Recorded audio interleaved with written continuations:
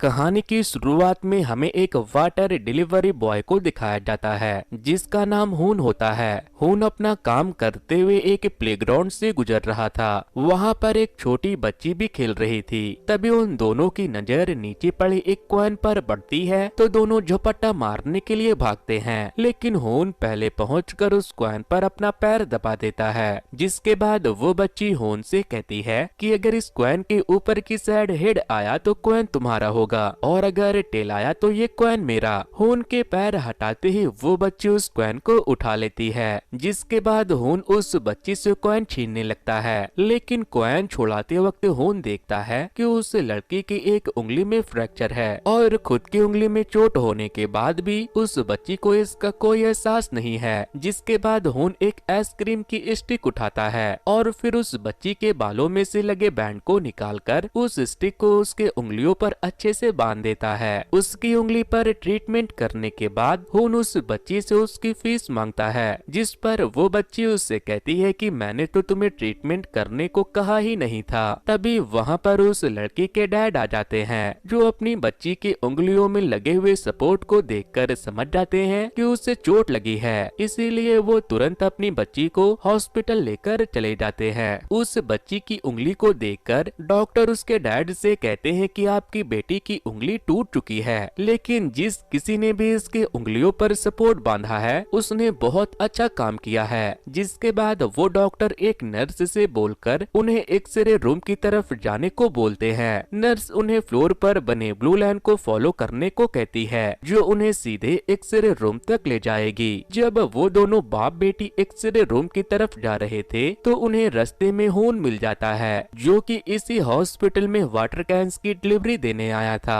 हून उस बच्ची के डैड से बात करता है, तभी उसके डैड को चेस्ट पेन होने लगता है। जिसके बाद हून उसके चेस्ट पर हाथ रख उससे पूछता है कि क्या आपको सोते वक्त सांस की कमी होती है। तो वो कहते हैं कि नहीं, ऐसी कोई बात नहीं है और मैं बिल्कुल ठीक हूँ। ऐसा बोलते हुए वो एक चेयर पर जाकर चुपचाप बैठ जाते हैं, क्योंकि उसे और ज्यादा चेस्ट पेन होने लगा था। तभी हॉस्पिटल में बहुत सारे घायल लोग आ जाते हैं, जिनका एक बस एक्सीडेंट हो गया था, जिन्हें देखने के लिए हॉस्पिटल के सारे डॉक्टर्स और स्टाफ भागते हुए जाते हैं, जिससे एक भी डॉक्टर उन लोगों की तरफ नहीं आ पाता, जिससे छोटी बच्ची के डैड बेहोश होने लगते हैं। जिसके बाद वो छोटी बच्ची वहाँ मौजूद सारे डॉक्टर और नर्स से हेल्प मांगने लगती है, लेकिन इनमें से कोई भी उसकी तरफ ध्यान नहीं देता, जिससे अपने डैड के लिए वो बच्ची बहुत ज्यादा परेशान हो जाती है और बहुत जोर से चीखने लगती है।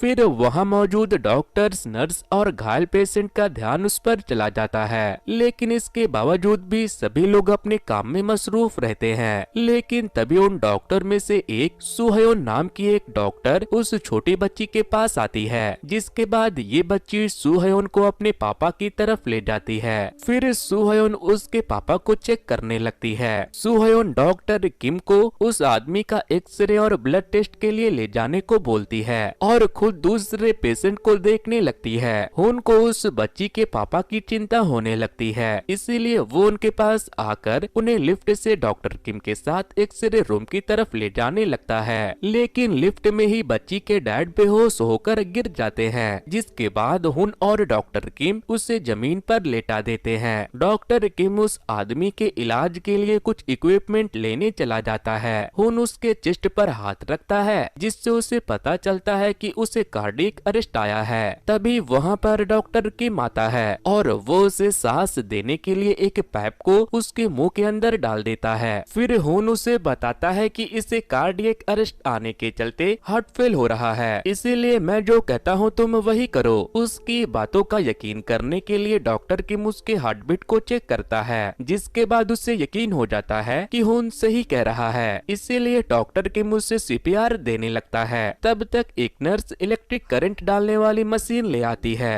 हुन उसका यूज करके उस आदमी के चेस्ट पर करंट देने लगता है, जिससे उसकी हार्ट बीट सही होने लगती है और फिर ये लोग स्ट्रेचर की मदद से उसे ऑपरेशन थिएटर में ले जाते हैं। फिर डॉक्टर किम बाकी के डॉक्टर को ऑपरेशन के लिए बुलाता है, लेकिन सारे डॉक्टर एक्सीडेंट वाले पेशेंट को हैंडल करने में लगे हुए थे। अपने डैड के ऑपरेशन में देरी होने पर छोटी बच्ची रोने लगती है और हुन को उसके डैड का ऑपरेशन करने को बोलती है। खून उससे कहता है कि अगर मैंने ऐसा किया तो मुसीबत हो जाएगी, इसीलिए छोटी बच्ची उसे कॉइन उसकी फीस के तौर पर देती है, जिसे उसने सुबह ही उससे छीना था। अपने डैड को बचाने के लिए उस बच्ची को रोते हुए देखकर खून उसकी मदद करने के लिए तैयार हो जाता है। फिर खून ऑपरेशन सूट पहनकर उसके डैड का ऑपरेशन करने लगता है। बाकी के डॉक्टर उसे नोटिस कर उसे भगाने लगते हैं, लेकिन खून वहाँ से नहीं जाता और ऑपरेशन करने लगता है। जब वो उसकी बॉडी पर कट लगाता है तो उसका खून नहीं बहता।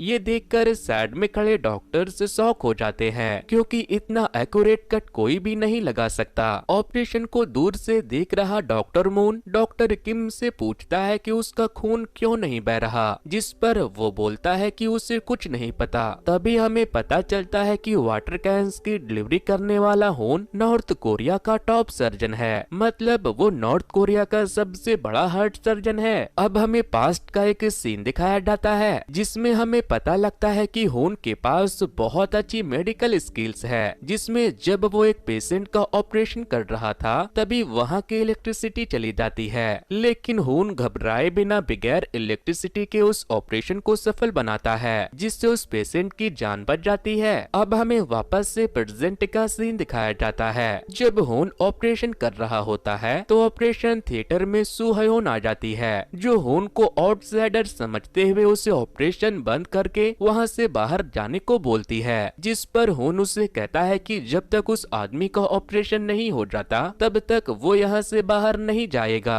खून को वहाँ मौजूद डॉक्टर सपोर्ट करते हुए सू हयोन को खून से ऑपरेशन के बाद मिलने को कहते हैं, लेकिन सू हयोन उनकी बात नहीं मानती और खून को वहाँ से भगाने के लिए सिक्योरिटी को बुला लेती है। और जब तक वो उनको खून के बारे में बताती है तब तक खून उस आदमी का ऑपरेशन सक्सेसफुली कंप्लीट करके वहाँ से चला जाता है, लेकिन सू हयोन खून को सिक्योरिटी की मदद से ढूंढ लेती है और उस तक पहुँचते ही वो उसे एक जोरदार थप्पड़ लगाती है, क्योंकि उसने किसी का इलीगली ऑपरेशन किया था। जिस पर खून भी खुद को डिफेंड करता हुआ कहता है कि जब उस पेशेंट को तुम्हारी जरूरत थी तो तुम लोगों में से किसी ने भी उसकी मदद नहीं की। सू हयोन उसकी बातें सुनकर एक बार फिर से उसे मारने लगती है, लेकिन इस बार खून उसे रोक लेता है। तभी सू हयोन के पास डॉक्टर किम का कॉल आता है, जो उससे कहता है कि उस बच्ची के डैड को पॉलीमॉर्फिक वेंट्रिकुलर प्रॉब्लम हो रही है। ये सुनकर सू हयोन खून को कहती है कि वो पुलिस को बुलाएगी, लेकिन खून उसके बातों को काटते हुए उसे एक मेडिसिन का नाम बताता है और उसे वो मेडिसिन उस आदमी को देने को बोलता है, जिससे उसकी कंडीशन सही हो जाएगी। दूसरी तरफ उस बच्ची के डैड के पास डॉक्टर जून आता है, जो उसकी हालत देखकर डॉक्टर किम को वही मेडिसिन बताता है जिसे खून ने सू हयोन को बताया था, जिसे देने पर उस पेशेंट की हेल्थ में सुधार होने लगती है। ये सब बातें सू हयोन अपने फोन से सुन रही होती है, जिससे उसे पता चलता है कि खून एक स्किल्ड सर्जन है, लेकिन फिर भी वो उसे अरेस्ट करवाने पर तुली थी। तभी डॉक्टर जून उनके पास आकर उनकी बात काटते हुए उनसे कहता है कि खून ने किसी की परमिशन लिए बगैर ही एक पेशेंट का ऑपरेशन किया, जो कि इलीगल है, लेकिन उसके इस लीगल काम ने एक पेशेंट की जान बचाई है, इसीलिए वो लोग उसे जाने दे। लेकिन उनकी एक शर्त है कि खून दोबारा कभी उस हॉस्पिटल में कदम नहीं रखेगा। उनकी बात मानते हुए खून उस हॉस्पिटल के बाहर जाने लगता है, लेकिन तभी वहाँ पर डॉक्टर मून आता है, जो खून को ऑपरेशन करते हुए देख रहा था। वो खून को पकड़कर उसके करे हुए काम का इनाम देना चाहता था, लेकिन सिचुएशन को समझते हुए खून उस हॉस्पिटल से अपनी वैन लेकर अपनी क्लिनिक भाग जाता है। थोड़ी देर के बाद उसके क्लिनिक पर डॉक्टर मून उसे ढूंढते हुए आता है, जो उसे उनकी ऑपरेशन टीम को ज्वाइन करने को बोलते हैं, और उसके ज्वाइन करते ही वो उसे डाउन पेमेंट के तौर पर $50,000 देने की बात करते हैं। शुरुआत में तो खून हेजिटेट करता है, लेकिन इतने बड़े अमाउंट को देखकर वो उनके साथ काम करने के लिए मान जाता है। अब हमें एक बार फिर से कुछ सालों पहले का सीन दिखाया जाता है, जब खून नॉर्थ कोरिया के एक मिलिट्री हॉस्पिटल में हार्ट सर्जन था। एक दिन उस हॉस्पिटल में उसे एक ऑफिसर ऑर्डर देता है कि उसे एक आदमी का किडनी ट्रांसफर करना है, जिसकी किडनी की डोनर उस आदमी की बेटी है। जब वो उस लड़की को देखता है तो उसकी नजर उसके हाथों में लगे रेड बैंड पर पड़ती है। ये वही बैंड होता है जिसे उसने अपने बचपन में अपनी अपनी एक फ्रेंड जे को दिया था। जब वो उस पर लगे कपड़े को हटाता है तो उसे पता चलता है कि ये उसी की बचपन की दोस्त है जिसे नॉर्थ कोरिया के ही गवर्नमेंट ने किडनैप किया था। इसीलिए हुन उस आदमी की जगह उस आदमी की बेटी जे जो उसकी फ्रेंड है उससे बचा लेता है और उसका इलाज कर उसे वहाँ से ले जाता है। और इस बारे में जब वहाँ के गवर्नमेंट को पता चलता है तो वो अपने ऑफिसर को उसके पीछे लगा देते हैं। हुन का जे के साथ नॉर्थ कोरिया से साउथ कोरिया में भागने का प्लान था और जब वो नॉर्थ कोरिया से भाग रहे थे तो उन पर अटैक होने लगते हैं। इसीलिए हुन को बचाने के लिए जय हुन पर चलने वाली गोली खुद ले लेती है। जय को बचाने पर हुन को भी गोली लग जाती है। इसमें जय तो मारी जाती है और हुन को साउथ कोरिया के ऑफिसर अरेस्ट कर लेते हैं जिससे वो नॉर्थ कोरिया के ऑफिसर से बच जाता है। थोड़े दिन बाद साउथ कोरिया में मौजूद हुन को पता चलता है कि जय अभी भी जिंदा है जिसे नॉर्थ कोरिया के गवर्नमेंट ने पकड़ लिया था। अपने प्यारे जय को वापस पाने के लिए हुन एक लिम्ब नाम के एजेंट के पास जाता है जो लोगों को नॉर्थ कोरिया से रेस्क्यू करवाता था। लिम्ब हुन को जय की एक वीडियो दिखाकर उसे कंफर्म करता है कि वो अभी भी जिंदा है लेकिन उसे नॉर्थ कोरिया के एक कैंप में रखा गया है और उसे वहाँ से साउथ कोरिया लाने के लिए $50,000 लगेंगे। लेकिन उसके पास अब इतने पैसे नहीं थे इसीलिए उसे जय को छुड़ाने के लिए $50,000 की जरूरत थी। इसीलिए उसने डॉक्टर मून का प्रस्ताव को मान लिया था। लेकिन कुछ देर बाद हुन को उसकी एक फ्रेंड चैंग ही का कॉल आता है जो उसे बताती है कि उसने हॉस्पिटल में जय को देखा है। ये सुन हुन तुरंत डॉक्टर मून के साथ हॉस्पिटल जाकर जय को ढूंढने लगता है लेकिन वो उसे नहीं मिलती। फिर वो लिम्ब के पास जाकर उससे झूठ बोलने पर उसका कॉलर पकड़ लेता है और चिल्लाते हुए कहता है कि जय कहाँ है क्योंकि उसने उसे हॉस्पिटल में देखा। जिस पर लिम्ब उसे कहता है कि उसने किसी और को देखा होगा क्योंकि अगर वो जिंदा होती तो वो खुद उसे कांटेक्ट कर लेती। उसकी बात सुन हुन वहाँ से चला जाता है लेकिन उसके जाते ही एक अननोन आदमी लिम्ब के पास आता है जो उसे पैसे देता है और उसे हुन और जय के बारे में बताने को बोलता है। नेक्स्ट सीन में डॉक्टर मून हुन को उसके $50,000 का चेक देता है जिसके बाद हुन उन चेक को लेकर लिम्ब के पास वापस जाता है और उसे ये चेक दे देता है और फिर जय को नॉर्थ कोरिया से लाने का काम देता है। लेकिन हुन उसमें से आधा चेक फाड़ देता है जिससे लिम्ब शॉक हो जाता है। फिर हुन उससे कहता है कि वो उसे आधे पैसे ही देगा और बाकी के पैसे वो उसे काम होने के बाद देगा। इसके बाद हुन वहाँ से हॉस्पिटल के लिए निकल जाता है और वहाँ पहुँचते ही उसे हॉस्पिटल के डॉक्टर से मिलाया जाता है। लेकिन वहाँ पर सुहयोन और हुन आपस में बहस करने लगते हैं। फिर उस हॉस्पिटल में अगले दिन एक बूढ़ी पेशेंट की हालत बहुत खराब हो जाती है और बाकी के डॉक्टर्स को कुछ समझ नहीं आता कि वो लोग अब क्या करें। सारे डॉक्टर्स अपने हाथ खड़े कर देते हैं कि हम लोग अब कुछ नहीं कर सकते। तभी वहाँ पर अपने हीरो हुन की एंट्री होती है जो उस पेशेंट को सीपीआर के साथ साथ इलेक्ट्रिक शॉक देने लगता है ताकि उसकी जान बचाई जा सके। और इसी में हुन उस औरत की हाथों को देखता है जिसमें वैसा ही रेड बैंड लगा होता है जैसा उसने जय को दिया था। इसीलिए वो उस औरत की इंफॉर्मेशन निकालने लगता है लेकिन उन लोगों को इस बारे में कुछ भी पता नहीं था। उसे दूसरे हॉस्पिटल से इस हॉस्पिटल में शिफ्ट किया गया था। हुन की इस हरकतों को नोटिस करते हुए सुहयोन उस पर गुस्सा करने लगती है लेकिन हुन उसे इग्नोर करके अपने पेशेंट की जान बचाने पर ध्यान देता है ताकि वो उससे इस रेड बैंड के बारे में जान सके। जिसके बाद हुन ट्यूमर रिमूवल सर्जरी की प्रैक्टिस करने लगता है और दूसरी तरफ सुहयोन उस रेड बैंड वाली पेशेंट के पास खड़ी होती है जहां हमें पता चलता है कि ये पेशेंट सुहयोन की मॉम होती है जो उसे बचपन में ही उसे उसके अमीर डैड जो इस हॉस्पिटल के मालिक है उनके पास छोड़कर चली गई थी। लेकिन वो अभी तक ये नहीं जान पाई कि क्यों उसकी मॉम उसे छोड़कर गई थी। इसीलिए जब हुन उसकी मॉम का ट्रीटमेंट कर रहा था तो वो उस पर चिल्ला रही थी ताकि उसकी मॉम को ज्यादा परेशानी ना हो। और जब उसकी मॉम होश में आती है तो अपनी मॉम को बचाने के लिए सुहयोन अपने बॉयफ्रेंड जून को बुलाती है लेकिन वो उसकी मदद नहीं करता क्योंकि उसे सुहयोन के डैड ने उसकी मॉम का ऑपरेशन करने से मना किया था क्योंकि उसकी मॉम की जान बचने का सिर्फ 5% ही चांस था जिसमें उसकी जान भी जा सकती थी।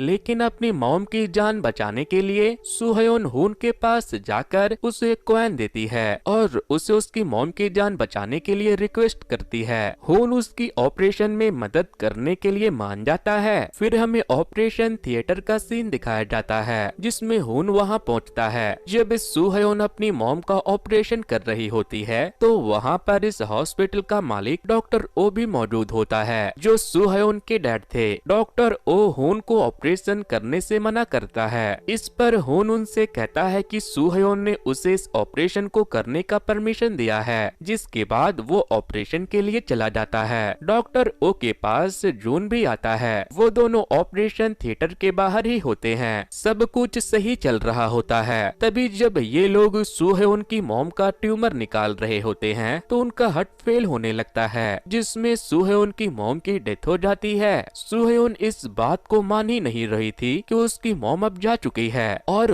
वो अकेले ही अपनी मरी हुई मॉम का ऑपरेशन कर रही थी और इन सब में कोई भी सुहयोन के साथ खड़ा नहीं होता सिवाय हून के। हून उसके पास रहकर उसको सपोर्ट करता है। उसे ऐसा करते हुए दूर से जून देख रहा होता है। अगले दिन हॉस्पिटल में पूरे स्टाफ की एक मीटिंग बैठाई जाती है क्योंकि डॉक्टर ओ के मना करने पर भी हून ने सुहयोन के साथ उसकी मॉम का ऑपरेशन किया था। उस मीटिंग में जून हून को पॉइंट आउट करते हुए कहता है कि पेशेंट के सर्वाइवल के चांस बहुत कम थे और ये बात हून को मालूम थी, फिर भी उसने उसका ऑपरेशन किया। जिसके बाद हून सुहयोन से उसकी मॉम को ना बचा पाने के लिए माफी मांगता है, जिस पर सुहयोन उनसे कहती है कि इसने मेरे कहने पर ये काम किया और उसने अपना बेस्ट दिया था, तो हमें अब इस बात को ध्यान रखते हुए आगे बढ़ जाना चाहिए। लेकिन इसके बाद भी जून उसको टारगेट करता रहता है कि उसने ये ऑपरेशन ज्यादा पैसे कमाने के लिए किया है। सरप्राइजिंगली हून अपनी गलती न होने पर भी अपनी गलती मानता है क्योंकि वो इन सब में सुहयोन को घसीटना नहीं चाहता क्योंकि कल ही उसने अपनी मॉम को खोया था।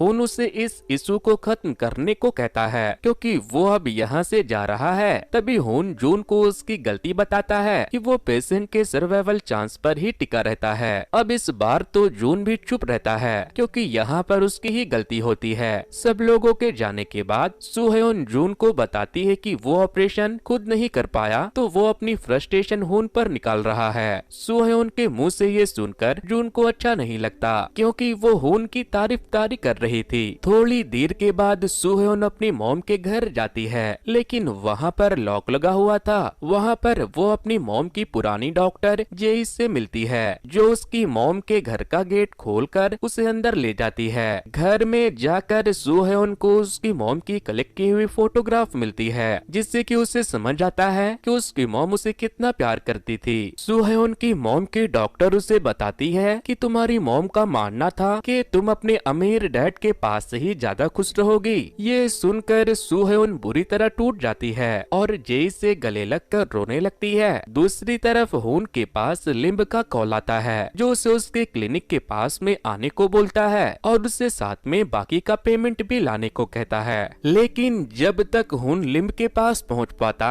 इससे पहले एक अनजान आदमी एक ट्रक को लिम्ब की कार से ठुकवा कर उसका एक्सीडेंट करवा देता है। इस आदमी का नाम जीन होता है जो नॉर्थ कोरिया का ही एक ऑफिसर है और ये वही ऑफिसर है जिसने हून को किडनी ऑपरेशन करने को बोला था। उसे वहाँ के गवर्नमेंट ने हून का नॉर्थ कोरिया के बाहर न जाने देने का ऑर्डर दिया था, लेकिन हून के जाने के बाद उसका मिशन फेल हो गया जिसकी सजा में उसे अपनी उंगलियां गंवानी पड़ी, जिसके बाद उसे उसके ऑर्गेनाइजेशन से बाहर कर दिया गया और इसी का बदला वो हून से लेना चाहता है। प्रेजेंट में एक्सीडेंट होने के कारण लिम्ब बहुत ज्यादा घायल हो जाता है और उसकी जान बचाने के लिए उसकी सर्जरी की जरूरत है। इसीलिए हून उसे तुरंत ही अपने क्लिनिक में लाकर उसके ऑपरेशन की तैयारियां करने लगता है। तभी वहाँ पर डॉक्टर मून भी आ जाता है जो हून को रोकता है और उससे कहता है कि उन्हें एम्बुलेंस के आने का इंतजार करना होगा। लेकिन हून लिम्ब का ऑपरेशन चालू कर देता है क्योंकि एम्बुलेंस को आने में देरी हो सकती है जिससे इसकी जान को खतरा भी है। जब हून उसका ऑपरेशन करता है तो उसे पता चलता है कि एक्सीडेंट के कारण लिम्ब की बोन के टुकड़े उसके हार्ट में घुस चुके हैं, लेकिन हून लिम्ब का सक्सेसफुली ऑपरेशन करके उसकी जान बचा लेता है। उसकी ऑपरेशन स्किल देखकर डॉक्टर मून भी शॉक हो जाते हैं क्योंकि हून ने कम लाइट और कम सर्जरी इक्विपमेंट के साथ उसका ऑपरेशन कर दिया था।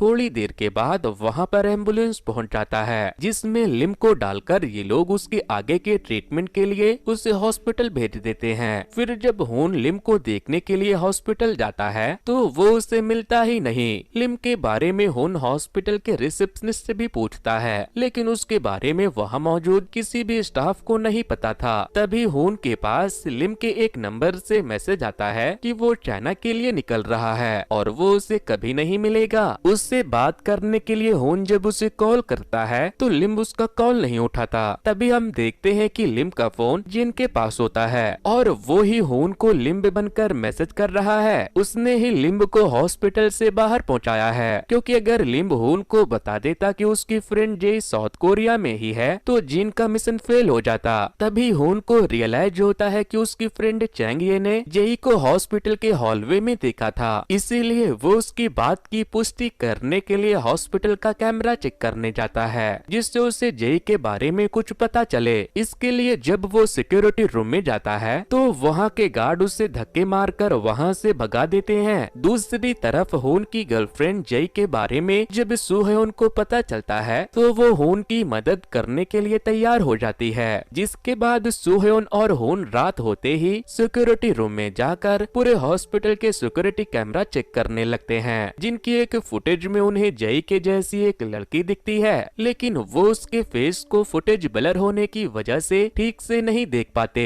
जिससे हून उसे पहचान नहीं पाता। तभी सुहेयोन को याद आता है कि दिन में जब अपनी मॉम के घर पे वो जिस डॉक्टर से मिली थी वो यही है, और इस बारे में जब सुहेयोन हून को बताती है तो हून उसे अपने घर ले जाकर जेई की वही फुटेज दिखाता है जिसमें वो नॉर्थ कोरिया के एक कैंप में बैठी थी। सुहेयोन उसे बताती है कि ये वही है जिसे वो सुबह अपनी मॉम के घर पे मिली थी। जेई के बारे में और जानने के लिए हून और सुहेयोन उसी हॉस्पिटल में जाते हैं जहाँ सीहेयोन की मॉम पहले से एडमिट थी। वहाँ जाकर भी उन्हें रिसेप्शनिस्ट से जेई के बारे में कुछ भी पता नहीं चलता। जब वो उस हॉस्पिटल के बाहर खड़े होते हैं तभी वो देखते हैं जेई खुद उनके सामने चलते हुए आ रही है। उसे देखते ही हून की आंखों से आंसू बहने लगते हैं, क्योंकि उसे विश्वास नहीं हो रहा था कि वो कभी जेई से मिलेगा। हून उसे उसके पास पड़े रेड बैंड को दिखाते हुए उसके बारे में पूछता है। वो उससे पूछता है कि क्या तुम मुझे जानती हो, जिस पर जेई उसे पहचानने से मना कर देती है और बताती है कि ये रेड बैंड तो मैं अपने पेशेंट्स के लिए बनाती हूँ। हून उसे पुरानी यादें याद दिलाने की काफी कोशिश करता है, लेकिन वो उसे पहचानने से ही इनकार कर देती है और उनसे खुद को अकेला छोड़ने को कहती है। जेई जब हॉस्पिटल में जाती है तो हून उसका पीछा करने लगता है। सुहेयोन उसे रोकने की कोशिश करती है, लेकिन हून उसे ढकेल कर फिर से जेई के पास पहुंचकर उसका हाथ खींचते हुए उसे फिर से अपनी मेमोरी याद कराने को कहता है। जेई वहाँ से ये कहते हुए चली जाती है कि उसे उसके पेशेंट अटेंड करना है, जिससे हून का दिल टूट जाता है और फिर सुहेयोन उसे संभालने लगती है। बाहर जाकर सुहेयोन हून को जेई की सोशल मीडिया प्रोफाइल दिखाती है और उसे बताती है कि तुम्हारी गर्लफ्रेंड ज्यादा मुस्कुराती नहीं है। फिर उसके हाथ से फोन लेकर हून जेई को उसके मॉम डैड के साथ फोटो दिखाती है, लेकिन ये उसके रियल पेरेंट्स नहीं होते। इससे हून का दिमाग घूमने लगता है, जिससे वो अल्कोहल पीने लगता है और सुहेयोन को बताता है कि उसे किसी से कोई फर्क नहीं पड़ता, उसे सिर्फ जेई ही पसंद है, जिससे सुहेयोन को जेलसी फील होती है। इसीलिए वो हून को बताती है कि उसका बॉयफ्रेंड जून हमेशा उसके बारे में ही सोचता रहता है और वो मुझे बहुत प्यार करता है। जिस पर हून उसे बोलता है कि जिस तरह जून तुम्हें प्यार करता है वैसे ही मैं जेई से प्यार करता हूँ। तभी कुछ बातों ही बातों में हून बेहोश होने लगती है। इससे सुहेयोन उसे संभालते हुए उसके चेहरे पर हाथ फेरने लगती है, जिससे हम समझ पाते हैं कि सुहेयोन को उसकी चिंता हो रही है, मतलब उसके अंदर हून के लिए कुछ फीलिंग्स है और उसे ऐसा करते हुए जून पीछे से देख लेता है। फिर जून सुहेयोन को कॉल करके पूछता है कि वो कहाँ है और क्या कर रही है। सुहेयोन को मालूम था कि जून हून को पसंद नहीं करता, इसीलिए वो जून से झूठ बोल देती है। अब जब जून ने हून और सुहेयोन को साथ में देख लिया था तो उससे दोनों पर शक होने लगता है कि वो दोनों रिलेशनशिप में है। फिर सुहेयोन जेई को कॉल करके उसे वहाँ पर बुला लेती है और उसके साथ वो हून को अपनी मॉम के घर ले जाकर लेटा देती है। लेकिन जब वो उसे लेटा रही होती है तो हून को थोड़ा सा होश आता है और वो सुहेयोन को जेई समझकर उसे अपने पास खींचने लगता है। इस मोमेंट से सुहेयोन को हून के लिए और ज्यादा फीलिंग आने लगती है। उनकी क्लोजनेस को देख देखने पर पास में खड़े जेई को जलन होने लगती है। इसीलिए वो सूहयोन से उनके रिलेशन के बारे में पूछने लगती है। सूहयोन उसे बताती है कि होन को मुझ में तुम दिख रही हो, इसीलिए वो ऐसी हरकत कर रहा है। अगले दिन हॉस्पिटल में जून होन को सूहयोन से दूर रहने को कहता है, जिस पर होन उसके सामने ही सूहयोन की बुराई करने लगता है। ये सुनकर जून अपना आपा खो देता है और होन का कॉलर पकड़कर उसे कहता है कि अगली बार सूहयोन के लिए ऐसा मत बोलना।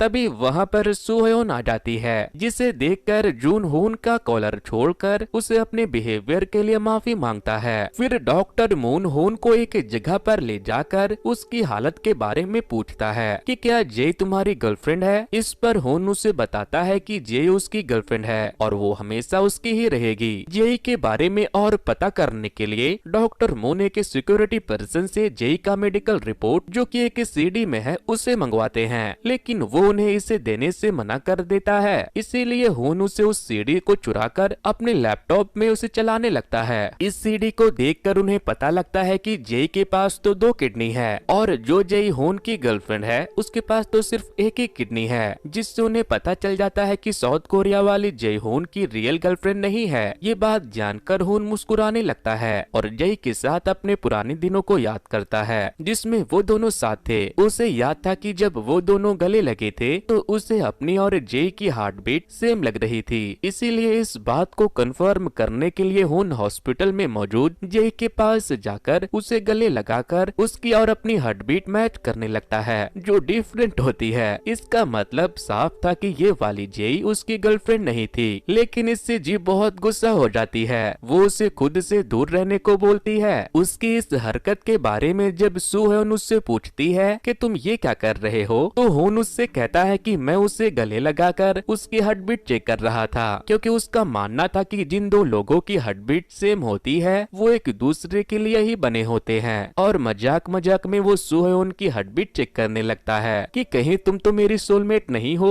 इसके लिए होन उसके गले लग जाता है। सूहयोन को होन के लिए फीलिंग होती है और उसकी इन हरकतों से सूहयोन अपसेट हो जाती है और होन को एक जोरदार तमाचा मारती है। अगले दिन उन लोगों के पास एक प्रेग्नेंट पेशेंट आती है, जिसके बहुत तेजी से खून बहने के साथ साथ ब्लड प्रेशर भी कम हो रहा था। जेई डॉक्टर किम को बताती है कि अगर इसका ब्लड प्रेशर लगातार गिरता रहा तो ये अपना बच्चा खो सकती है। इसीलिए डॉक्टर किम जून को कॉल करके उसे इस पेशेंट के बारे में बताने लगता है। इस पर जून उसकी कंडीशन एनालाइज कर उससे कहता है कि उसके लंग्स और हार्ट के टकराने से ब्लड प्रेशर कम हो रहा है और अगर ऐसा ही चलता रहा तो वो अपना बेबी खो सकती है। वहीं दूसरी तरफ होन उस औरत पर हाथ रख वही प्रॉब्लम एग्जामिन करता है जिसे डॉक्टर किम को जून ने बताया था। जिसके बाद होन अपने लोगों के साथ उस लेडी के बेबी को बचाने के लिए उसका ऑपरेशन करने ऑपरेशन थिएटर में ले जाता है। उधर ऑपरेशन थिएटर के बाहर बाकी के डॉक्टर होन और उसकी टीम की तारीफें करने लगते हैं। जब होन उस लेडी का ऑपरेशन करने लगता है तो उसका ब्लड प्रेशर तेजी से गिरने लगता है, जिससे वो फ्रस्ट्रेटेड होकर जेई पर चिल्लाने लगता है, क्योंकि जेई अनेस्थेटिक होती है और उसने उसे अनेस्थीसिया ठीक से नहीं दिया था। जब जेई उसे अनेस्थीसिया दे रही होती है तब सूहयोन होन को समझाती है कि अगर जेई उसकी रियल गर्लफ्रेंड नहीं है तो उसे उस पर गुस्सा करना नहीं चाहिए। उनकी बातों को इग्नोर करके होन फिर से अपना फोकस ऑपरेशन पर लगाता है और ऑपरेशन सक्सेसफुल हो जाता है, जिसमें उस लेडी और सरप्राइजिंगली उसके दोनों जुड़वा बच्चे की भी जान बच जाती है। उनको देख रहे स्टाफ होन और उसकी टीम को उनके काम के लिए शाबाशी देने लगते हैं, क्योंकि उन्होंने 3 जानें बचाई थी। ऑपरेशन के बाद डॉक्टर मैन होन के पास आकर उससे कहते हैं कि हमें जेई की मेडिकल रिपोर्ट्स को एक बार फिर से वेरीफाई कर लेना चाहिए कि वो सही है या नहीं। होन भी उसकी इन बातों को मान जाता है, क्योंकि वो अपनी मेडिकल टीम में जेई को एनेस्थीसियोलॉजिस्ट के तौर पर ऐड करना चाहता है। तो इसी के साथ इस सीरीज का पहला पार्ट यही खत्म होता है। तो दोस्तों आपको क्या लगता है होन की सोलमेट कौन हो सकती है, सूहयोन या फिर जेई? और तो और सूहयोन को होन पसंद आने लगा है जबकि उसका ऑलरेडी बॉयफ्रेंड है। लेकिन इन सब से हटकर जिसने लिम्ब को किडनैप किया था वो कौन था और असली की जेई कहाँ थी? ऐसे ऐसे और भी बहुत सारे सवाल है जिसका जवाब अगर आप जानना चाहते हो तो इस वीडियो पे 2K लाइक जल्दी से कंप्लीट कर दो। इस वीडियो पे 2K लाइक्स कंप्लीट होते ही मैं आपको इस वीडियो का सेकंड पार्ट भी दे दूंगा। सो वेल गाइज, आज के वीडियो में इतना ही। वैसे दोस्तों अगर आप ऐसे ही और वीडियोस भी देखना चाहते हो तो माय सजेशन पर क्लिक करके आप उसे भी देख सकते हो। सो वेल गाइज, आज के वीडियो में इतना ही। Thanks to, good bye.